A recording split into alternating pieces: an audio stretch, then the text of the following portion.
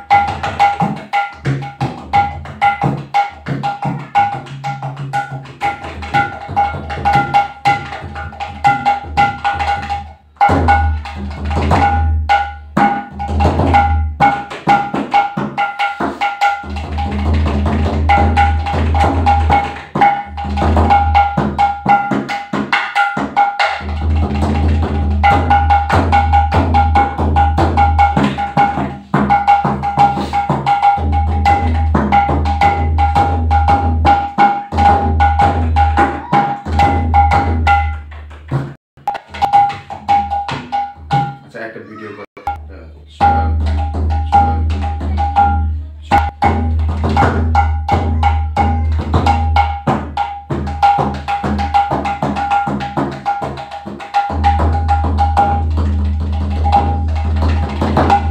বসতে হবে না।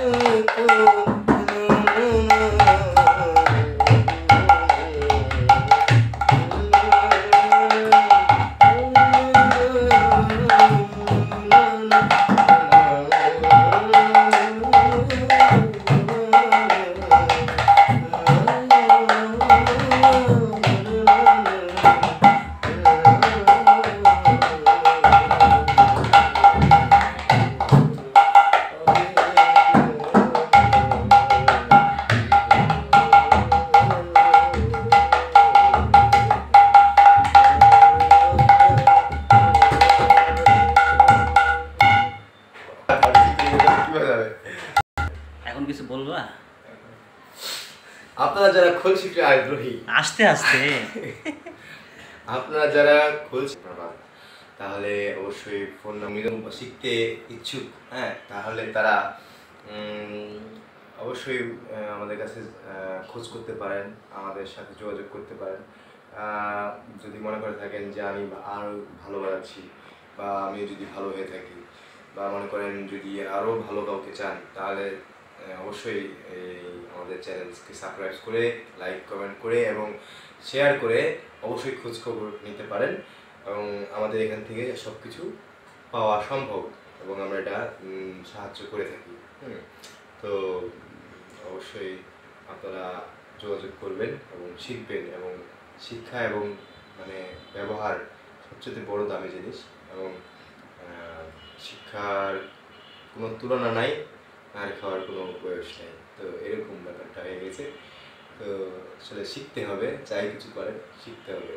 তো আমিও শিক্ষার মানে প্রেক্ষাপটে শিক্ষারই